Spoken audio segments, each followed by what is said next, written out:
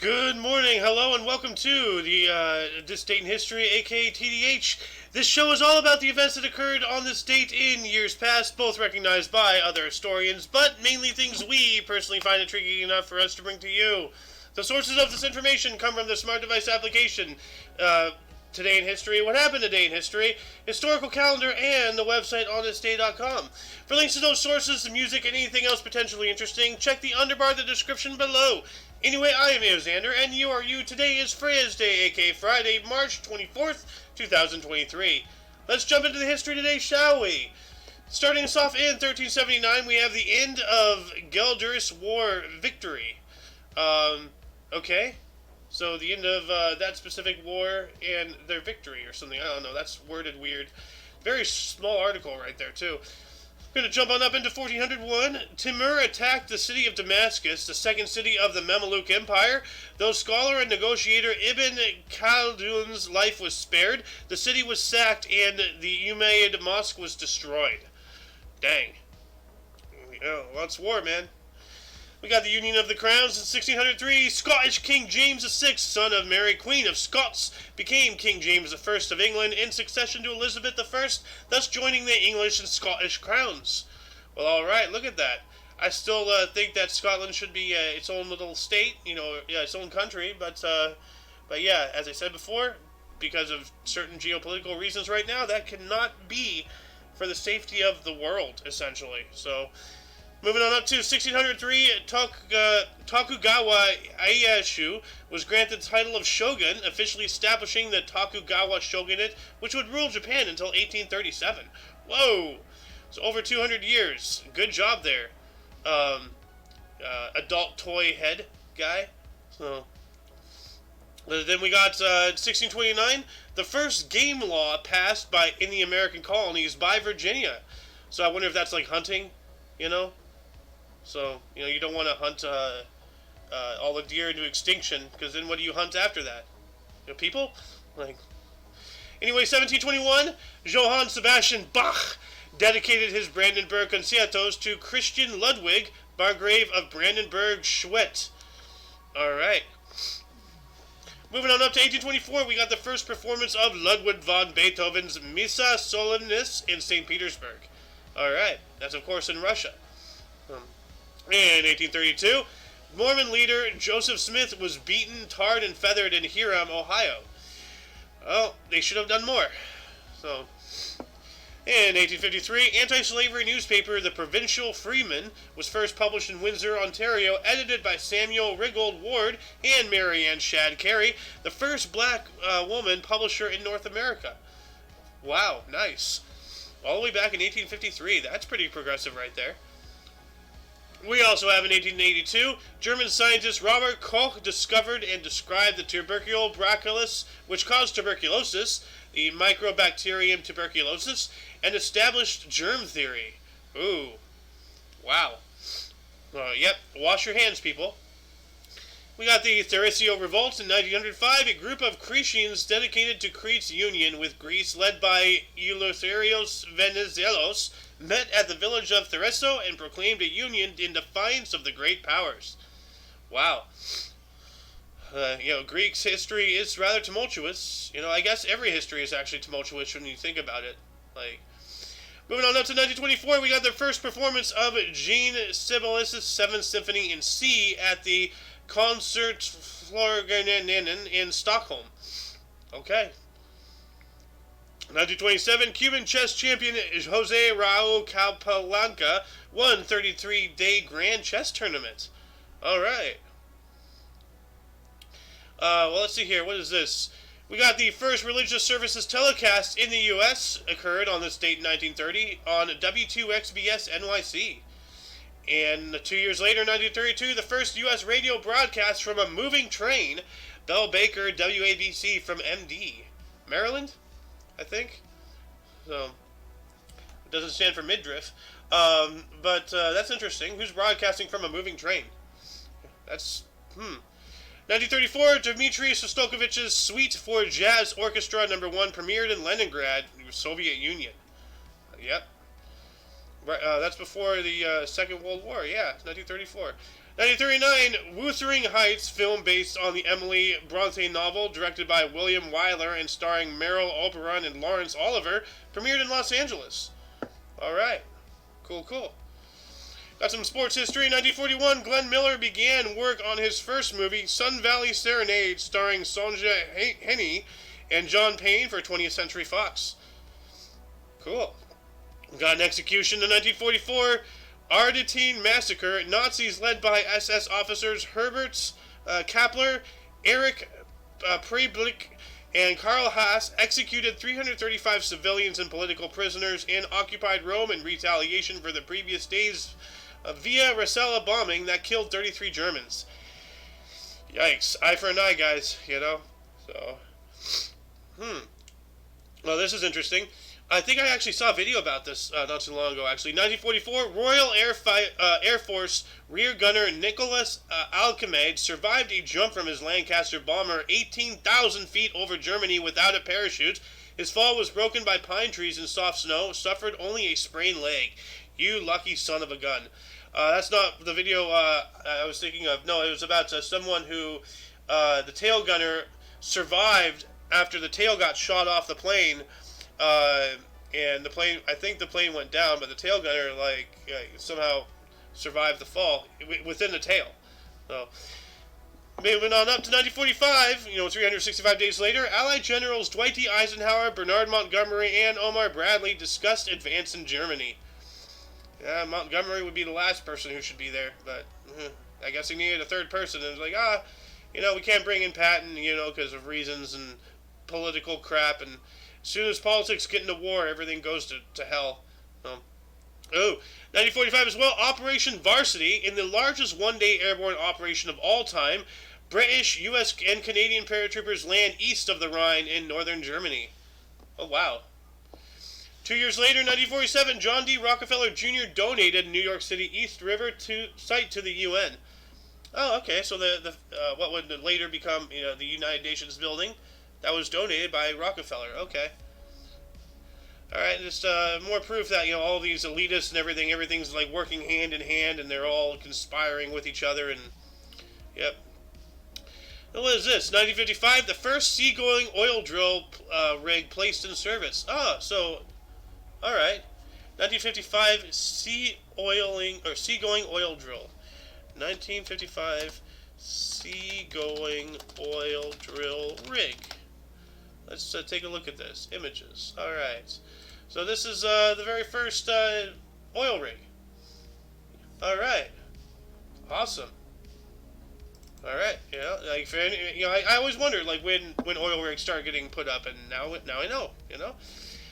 1955 as well, Tennessee Williams' Cat on a Hot Tin Roof opened for 694 performances. All right, that sounds like one hot cat. Oh, I almost said the other word for cat, but feline. Nope, not that one. The one that starts with a P. 1958, Elvis Presley joined the U.S. Army. His serial number was 533107761. Yep, as I spoke about, I believe, yesterday. Like, a lot of people, famous people have served in the military.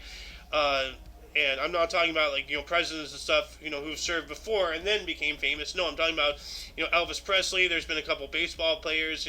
That one football player, what was his name? Pat Tillman?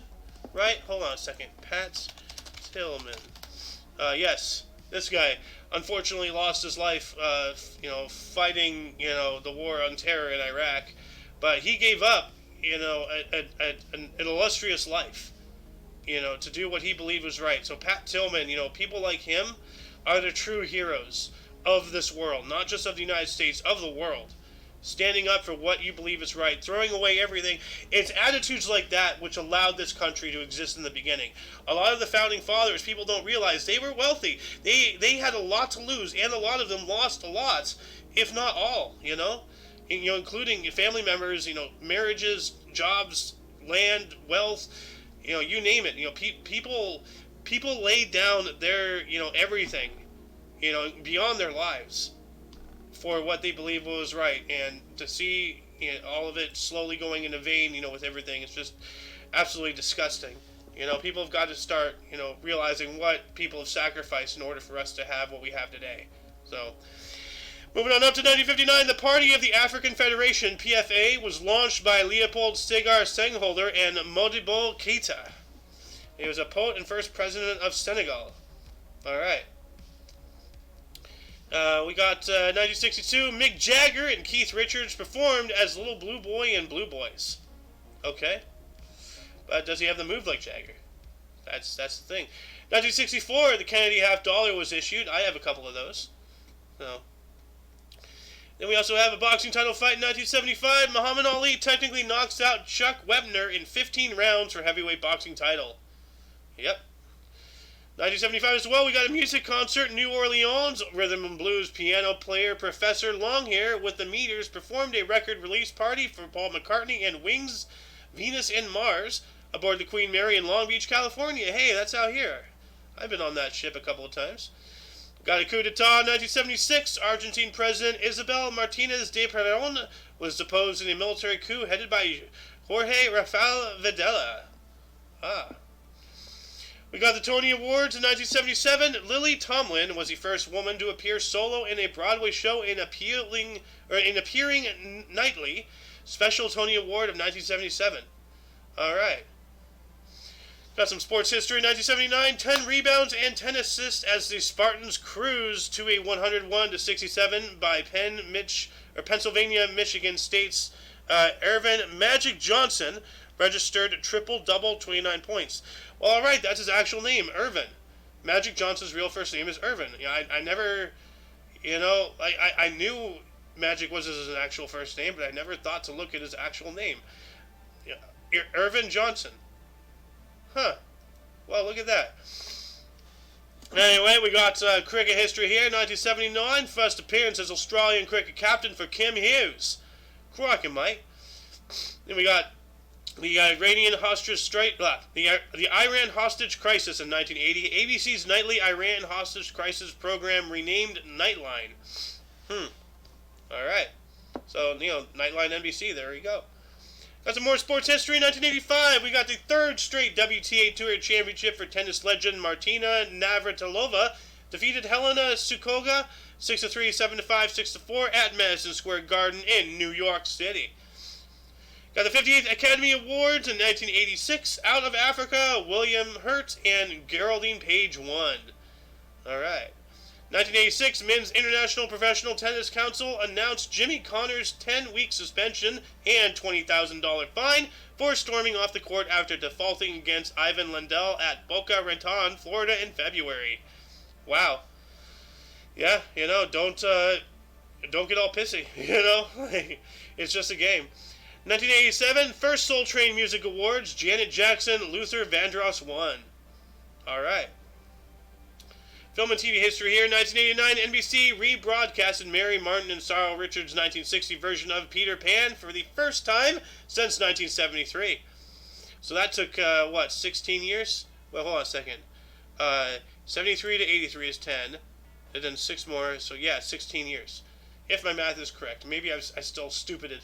But anyway, moving on up to 1991, we have Ayrton Senna won the Brazilian Grand Prix for the first time at Interlagos, Sao Paulo. Cool. Got some WrestleMania here, 1991, WrestleMania 7 in LA Memorial Sports Arena, California. Hulk Hogan defeated Sergeant Slaughter for WWF Heavyweight title. Oh yeah! Snap into a Slim Jim. We got the Academy Awards, the 69th Academy Awards to be precise, on this date in 1997. The English Patient, Geoffrey Rush, and Frances McDormand won. Alright. The Matrix, 1999, the film written and directed by the Wachowski brothers, who were brothers at the time, and now they're just mangled messes of what they used to be, starring Keanu Reeves, Lawrence Fishburne, and Carrie Ann Moss, premiered. Alright, good old, Morpheus right here. Lawrence Fishburne. 2002, got the 74th Academy Awards, A Beautiful Mind, Denzel Washington and Halle Berry won. Berry was the first woman of color, or black female, to win the Best Actress Award. Alright, cool. It took all the way until 2002? Wow. Well, at least I was alive during some history. Better late than never, though, 2005, U.S. version of The Office, created by Ricky Gervais and Stephen Merchant, developed by Greg Daniels and starring Steve Carell and John Krasinski, premiered on NBC. Yep. the office. 2006, Pope Benedict XVI added 15 men to the College of Cardinals in the first consistory of his pontificate. Okay, whatever the heck that means. I don't know what, like all this empire of mankind thing, 2010, the World Health Organization appoints Craig David as a goodwill ambassador against tuberculosis on World Tuberculosis Day. All right, yeah, be aware of tuberculosis.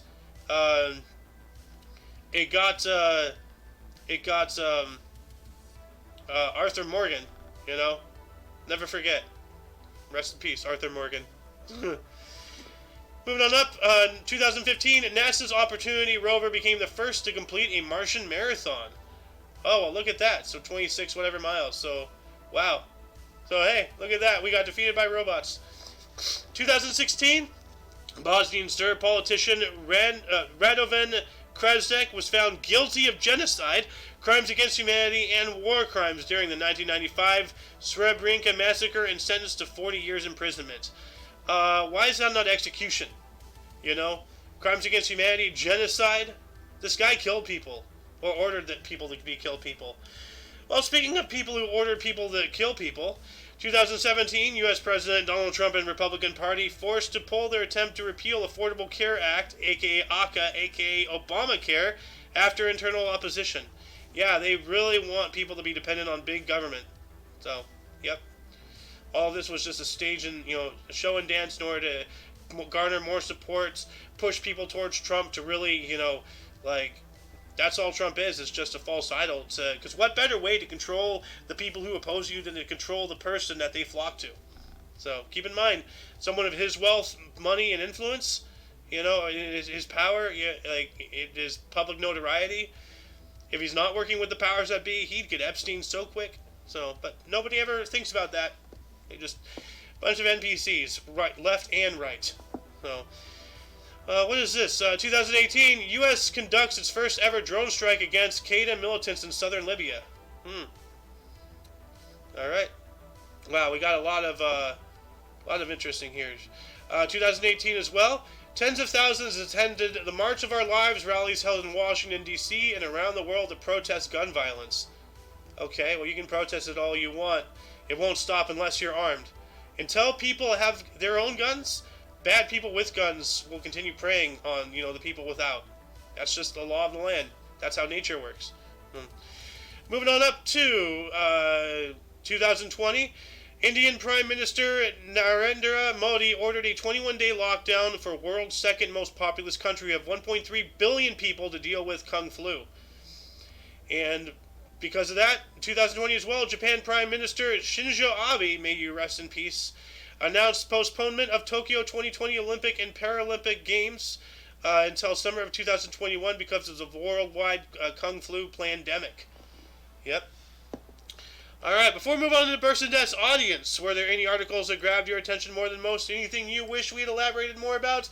Anything you would have liked to say had you been here? Start a dialogue in the comments section. Anyway, moving on in the burst, starting us off in 1188, we have Ferran, Count of Flanders, diddly-hoo-da-ho, son of Sancho I, born in Cumbria, Portugal, died in 1223. We also have John Harrison, 1693, was an English carpenter and clockmaker who invented the marine chronometer to calculate longitude while at sea, born in Fulby, Yorkshire, England. Ooh, well, look at that. The marine chronometer. So I guess yeah. A marine chronometer is a precision timepiece that is carried on a ship and employed in the determination of the ship's position by celestial navigation. It is used to determine longitude by comparing Greenwich Mean Time and the time at the current location found from observations or celestial bodies. Alright. So I'm going to add that into the underbar of the description after the show, as usual, the past couple of times. But that's pretty cool.